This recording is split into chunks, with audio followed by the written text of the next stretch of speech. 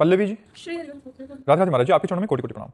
गुरुदेव भगवान, आपके श्रीमुख से सुना है कि जिनको भगवत साक्षात्कार हो जाता है उनकी 21 पीढ़ियां तर जाती हैं। महाराज जी, जो उपासक अपने गुरुदेव को ही प्रभु मानकर उन्हीं की आराधना या दर्शन करता हो, तो क्या उस उपासक की भी पीढ़ियों का निष्ठान इसमें एक बात देखनी है कि गुरुदेव को परब्रह्म रूप क्या मान रहा है वास्तविक? साक्षात परब्रह्म तस्मै श्री गुरुवे नमः। यदि मान रहा है तो फिर और किस परमात्मा के दर्शन करने हैं? और गुरु और इष्ट तो एक ही है। अगर अपने गुरु में भगवत भाव हो गया तो हम तो अपने ब्रह्म के दर्शन करते हैं, अपने ब्रह्म से बात करते हैं। तो ये भाव बना रहेगा ना, मेरे गुरुदेव साक्षात परब्रह्म है। तो ध्यान मूलम गुरु मूर्ति, पूजा मूलम गुरु पदम, मंत्र मूलम गुरु वाक्य, मोक्ष मूलम गुरु कृपा। तो वही गति होगी जो इष्ट के दर्शन से होती है, वही गुरु के दर्शन से होती है। जो इष्ट के ध्यान से होती है, वही गुरु के ध्यान से होती है। पर हमारी वैसी निष्ठा बन जाए कि मेरे गुरु साक्षात परब्रह्म परमात्मा है, ऐसी भावना हो जाए। कृष्णा जी, गाजीपुर से। राधे राधे। राधे राधे महाराज जी। महाराज जी, ये ध्यान क्या है? क्या नाम या वस्तु पर मन को केंद्रित करना ही ध्यान है? मुझसे महाराज जी ऐसा हो नहीं पाता महाराज जी। लक्ष्य पर पूर्ण एकाग्र हो जाना ही ध्यान है। जो भी हमारा लक्ष्य है, जैसे नाम है, रूप है, भगवान की दिव्य रूप में ध्यानस्थ हो गए। नाम पाहारू दिवस निश, ध्यान तुम्हार कपाट। रात दिन भगवान का जब नाम जप करोगे तब भगवान का ध्यान लगेगा। पहले हृदय पवित्र हो, मन एकाग्र हो, तब भगवान के चिंतन में। लक्ष्य पर दृढ़ स्थिति हो जाना, एकाग्र हो जाना ध्यान कहते हैं। ध्यानस्थ मतलब बाह्य शून्य, एकदम भगवदाकार वृत्ति। पर उसके लिए साधना चाहिए, यम नियम प्राणायाम प्रत्याहार, तो ध्यान धारणा समाधि। तो हमें चलो इतना कठिन साधन नहीं, पर नाम जप करो, पवित्र आहार करो, गलत आचरण ना होने पावे, पाप आचरण ना होने पावे। धीरे धीरे मन को एकाग्र करो, लक्ष्य से मन हटे, फिर उसे घसीट के लक्ष्य पर लाओ। बार बार ऐसा करोगे तो अभ्यास के द्वारा हमारा चित्त, हमारा मन परमात्मा में लगने लगेगा। परमात्मा में लगना ही ध्यान है, प्रभु में लग जाना ही ध्यान है। एकाग्र, जैसे वैसे भी किसी कार्य के लिए कहते ध्यानपूर्वक कीजिए, तो ध्यानपूर्वक करने का मतलब एकाग्रतापूर्वक कीजिए। आप अपनी वृत्ति को बाहर मत जाने दीजिए, जो कार्य कर रहे हैं उसे ध्यानपूर्वक कीजिए। तो ध्यान का तात्पर्य होता है एकाग्रता, अपने लक्ष्य पर स्थित हो जाना। समझ पा रहे आप? तो नाम जप कीजिए, पवित्र आहार कीजिए, शास्त्र स्वाध्याय कीजिए, सत्संग कीजिए, तो धीरे धीरे हृदय हमारा ध्यान की तरफ जाने लगेगा। महाराज जी, मैं राम जी का नाम जप करता हूँ। तो हाँ, बहुत बढ़िया। तो महाराज जी, कोई मंत्र भी है राम जी के लिए या तो राम नाम? राम राम जपो, बस राम राम जपो।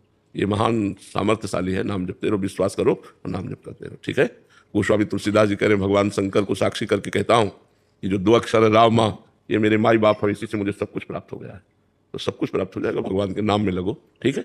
भगत सिंह जी, श्री हरिवंश महाराज जी। गुरुदेव भगवान, आपके चरणों में कोटि कोटि प्रणाम। महाराज जी, आपके एकांतिक प्रवचन सुनने एवं प्रेरणा से भक्ति भाव, भजन व नाम जप के साथ ग्रस्त के दायित्वों का निर्वहन करते हुए संसारिक इच्छा रखना आध्यात्मिक कल्याण मार्ग में बाधक है क्या?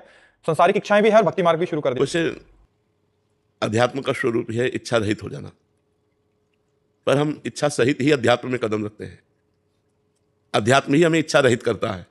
सब कोई जो चलता है तो इच्छा सहित ही चलता है, और अध्यात्म का जब रंग छाता है तो इच्छा रहित हो जाता है। तो हमारी जो लौकिक इच्छाएं हैं उनका भी आदर है अध्यात्म में। जैसे भगवान ने कहा, अर्थार्थी, जिज्ञासु और ज्ञानी 4 प्रकार के मेरे भक्त हैं। तो संकट निवृत्ति के लिए परम सामर्थ्यशाली सर्वांतर्यामी परमात्मा की शरण लेना, अर्थ प्राप्ति के लिए या परमात्मा को जानने के लिए, और परमात्मा प्राप्त हो गए उन्हें ज्ञानी महात्मा कहते हैं। तो 4 प्रकार के भक्त बताए। तो अर्थ आदि या आवश्यकताओं की पूर्ति परमात्मा से कराने के लिए इच्छा रखना, ये कोई विशेष बाधक नहीं है। बाधक है पर विशेष बाधक नहीं है। और बाधक इसलिए है कि मुझे मुक्त होना है संसार से, तो हर इच्छा का त्याग करना पड़ेगा। या भगवान की प्राप्ति करनी है तो हर इच्छा का त्याग करना पड़ेगा। पर अभी भगवान की प्राप्ति की इच्छा जागी नहीं, तो इसलिए जो हमारी वर्तमान की समस्याएं हैं हम वो भगवान से निवेदन कर सकते हैं। वो सर्व सामर्थ्यशाली हैं, वो हमारी इच्छाओं की भी पूर्ति कर देंगे और हमें परमार्थ का मार्ग भी दे देंगे, हमें भगवत प्राप्ति का भी मार्ग दे देंगे। समझ पा रहे हैं आप? अमरजीत जी, प्रयागराज से। राधा वल्लभ श्री श्री हरिवंश महाराज जी, आपके चरणों में कोटि कोटि दंडवत प्रणाम। गुरुदेव भगवान, मेरा प्रश्न है कि क्या मैं इसी जन्म में अपने माता पिता की सेवा करते हुए भगवत प्राप्ति कर सकता हूँ? कर सकते हो, इसीलिए मानव देह मिला है। साधन धाम मोक्ष कर द्वारा ये तो मिला ही है। माता पिता में भगवत भाव करके उनकी सेवा करो और नाम जप करो तो निश्चित भगवत प्राप्ति हो जाएगी। पर भगवत प्राप्ति करना चाहो तब ना। और यद्यपि संसार को साधन बनाकर भगवान को साध्य बनाना चाहिए, और भगवान को साधन बनाकर संसार साध्य कर रहे हैं। अगर हम संसार मांग रहे हैं तो भगवान को साधन माना और संसार को साध्य माना, जबकि होना ऐसा चाहिए कि संसार की सब भोग सामग्री साधन बन जाए और भगवान हमारे साध्य बन जाए। तो लक्ष्य तो माता पिता की सेवा करके, समाज की सेवा करके, नाम जप करते हुए हम पूर्ण कर सकते हैं, पर लक्ष्य हमारे अंदर बने तब ना कि मुझे भगवत प्राप्ति करनी है। प्रबल इच्छा हो जाए अंदर से कि मुझे भगवत प्राप्ति करनी। जैसे भूखा आदमी केवल भोजन चाहता है, प्यासा आदमी केवल पानी चाहता है, ऐसे मैं भगवान को चाहूँ, ऐसे मैं प्रभु से प्यार करूँ, ऐसे मैं प्रभु के लिए तड़पने लगूँ। इसके लिए खूब नाम जप करो, माता पिता परिवार समाज जिसकी भी सेवा करो, सब में भगवान विराजमान है, ऐसी भावना करो। मयंक जी, राधे राधे महाराज जी। गुरुदेव भगवान, संसार से आसक्ति कैसे हटाएं? भगवान में आसक्ति होने पर संसार की आसक्ति स्वयं नष्ट हो जाती है।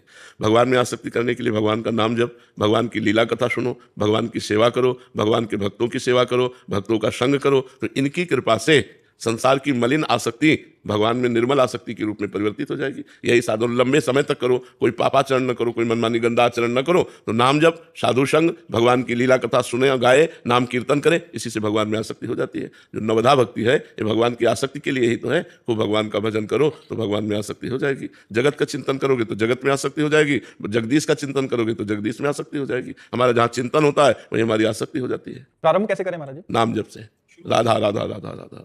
जैसे नाम जप करते तो एकाग्र नहीं हो पाता जी। नाम जब करते हैं तो मन एकाग्र नहीं हो पाता। धीरे धीरे आगे चलकर एकाग्र होगा। अभी पूर्वाभ्यासी मन बार बार भाग के जाएगा, लेकिन हम बार बार हटाकर नाम जप करते रहे तो नाम में लगने लगेगा। सांसारिक भोगों में ज्यादा लगता है क्या? हाँ, सबका लगता है। तुम्हारा इन्हें किसी से भी पूछ लो तो सबका मन लगता है।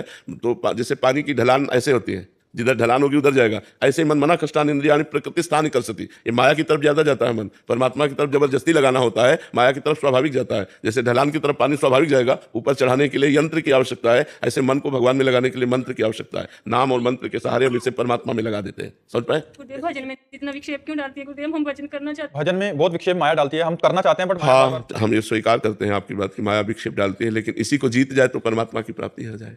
तो उसको सहो। भगवान ने कहा है, देखो माया का विघ्न क्या है? आकर्षण। भोगों का आकर्षण, पुत्र पति का आकर्षण, धन का आकर्षण, मान प्रतिष्ठा, वो आकर्षित करती है, हमारे मन को लुभायमान करती है। उसे हमें काटना है। नहीं नहीं, मुझे भगवान चाहिए, मुझे प्रिया प्रीतम चाहिए, ये नहीं चाहिए मुझे प्रिया प्रीतम। बार बार हम अपने मन की जो आसक्ति संसार की तरफ है उसको विवेक के द्वारा काटे तो धीरे धीरे धीरे धीरे भगवान की कृपा से हमारा मन अनासक्त होने लगता है। ऐसा नहीं कि 2-4 महीने में हो जाएगा, लंबे समय तक हमको अभ्यास करना होगा। और भगवान के भरोसे रहेंगे ना तो मामे में प्रपद्यन्ते माया में ताम तरन्ते। जो मेरी शरण में हो जाता है उसे मैं माया से पार कर देता हूँ। तो मुझे विश्वास रखना चाहिए कि मेरे भगवान मेरा सहयोग करेंगे और ये माया के विक्षेपों का हरण करके मुझे स्वयं प्राप्त हो। महाराज जी, कबड्डी के खेल की तरह हो जाता है कि मतलब एक बार परास्त कर दिया फिर ऐसा लगता है कि उत्साह रहित हो गए, फिर वहीं। लेकिन इसमें हारना नहीं चाहिए, इसमें हारना नहीं चाहिए। हार करके भी हमें जीतना है, हमें चलना है। खुद में उसमें कैसे संभाला जाए? हार कर भी फिर से कैसे संभाला जाए जब माया पटक दे? क्योंकि पटकन होती है महाराज। किसी को गिरते हुए देखा है? गिरते हुए देखा है? किसी को फिसलते हुए देखा होगा? उसकी एक्टिंग क्या होती है? वो सबसे पहले आसपास देखता, कोई देखा तो नहीं। अगर किसी ने देख लिया तो मुस्कुरा देता है, यार गिर गए। नहीं, बस ऐसे ही है। आसपास देखो, किसी ने देखा तो नहीं, फिर अंदर से यार गिर गए। अब फिर हमें खड़ा होना है और चल देना है। वही गिरा नहीं पड़ा रहता कि यार गिर गए तो भी यहीं पड़े रहे, फिर झरिया दिया और फिर चल दिए। तो ऐसे ही माया हमको गिराती, काम क्रोध लोभ मोह मद मत्सर, ये उसके फिसलन है। किसी में फिसल गए तो यार मुस्कुरा दो, यार गिर गए, चूक हो गई, सॉरी, फिर आगे बढ़ो। ये तो वीरों का मार्ग है। ऐसा थोड़ी कि गिर गए तो निराश हो गए, उत्साह हो, हीन हो गए, ऐसा नहीं। गिर गए तो फिर खड़े हो, फिर दौड़ लगाओ, फिर अपनी मंजिल को प्राप्त करो। बिना लक्ष्य प्राप्ति के हमारे कदम रुकने नहीं चाहिए। भले गिरना कोई आश्चर्य की बात नहीं, लेकिन गिरकर पड़े रहना ये आश्चर्य की बात है। अपने लक्ष्य तक न पहुंच पाना, अपने गोल तक न पहुंच पाना, ये कायरता है। गिर गए ठीक है, लेकिन हम फिर दौड़ लगाते हैं। हमारा गिर जाना स्वाभाविक है, क्योंकि शिव विरंची का मोह है। बड़े बड़े ईश्वर कोटि के महापुरुषों को मोहित करने की सामर्थ्य माया रखती है। शिव विरंची का मोह को है बपुराण, अस जिए जान भजी मायापति भगवान। तो हम तो जीव हैं, ये ईश्वर कोटि के जनों को भी माया लुभायमान कर लेती है। इसलिए हमको निराश नहीं होना, उदास नहीं होना, हताश नहीं होना, आगे बढ़ते ही जाना चाहिए। अंकिता जी, कर्नाटक से। राधे राधे महाराज जी।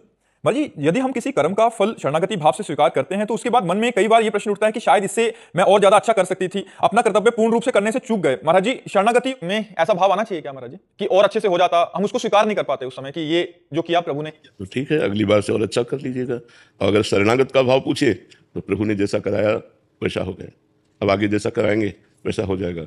मैं और अच्छा कर सकती हूँ, ये अहम की बात है, लेकिन प्रभु इससे अच्छा भी करा सकते हैं, ये शरणागत की बात है। अगर शरणागत हो तो हर बात में प्रभु को लाओ। प्रभु को जैसा कराना था वैसा करा दिया, आगे जैसा कराना होगा वैसा करा लेंगे।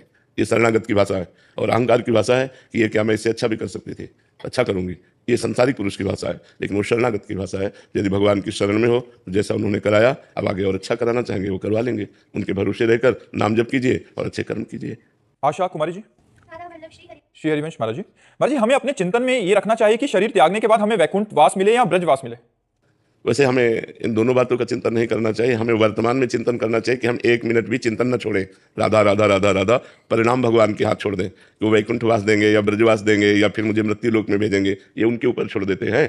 कर्मण्येवाधिकारस्ते मा फलेषु कदाचन, फल उनके ऊपर छोड़ देते हैं कि वो हमें वैकुंठ देते हैं, कि गोलोक देते हैं, कि ब्रजधाम देते हैं या साकेत धाम देते हैं या कैलाश देते हैं, ये उनके ऊपर छोड़ देते हैं। हमारा कार्य है अनन्यस चिंतयन्तो माम, मेरा कार्य भगवान का निरंतर चिंतन करना। तो हम अपना पूरा प्रयास वर्तमान में निरंतर चिंतन करने में लगाएं, परिणाम को छोड़ देते हैं। परिणाम भगवान जैसा दे वैसा ले लेंगे, हमें वर्तमान का चिंतन करना चाहिए। वर्तमान में राधा राधा राधा हम भूले ना, ऐसा हमें विचार करना चाहिए। समझ पा रहे हैं आप? महाराज जी, क्या भक्त के हृदय में ऐसी आकांक्षा तो होती है कि वो अपने प्रभु का सानिध्य जहां देखो, जब पूर्ण शरणागति हो जाती है तो कोई आकांक्षा नहीं रहती।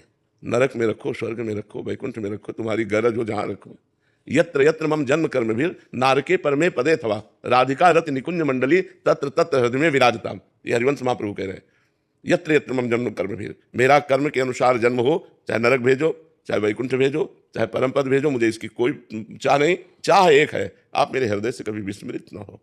हे लाडली जू, आप अपने परिकर के सहित मेरे हृदय में स्फुरित होती रहो, फिर मुझे नरक भेजो, वैकुंठ भेजो, इससे कुछ। महाराज जी, यही बात भगवत रसिक जी भी आप कह रहे हैं। हाँ, नरक स्वर्ग अपवर्ग आस नहीं त्रास है, जा राखो ता रहो मान सुख रास से। ये जब उच्च कोटि की शरणागति हो जाती है तो दर्शन दो, ये भी बात नहीं रहती।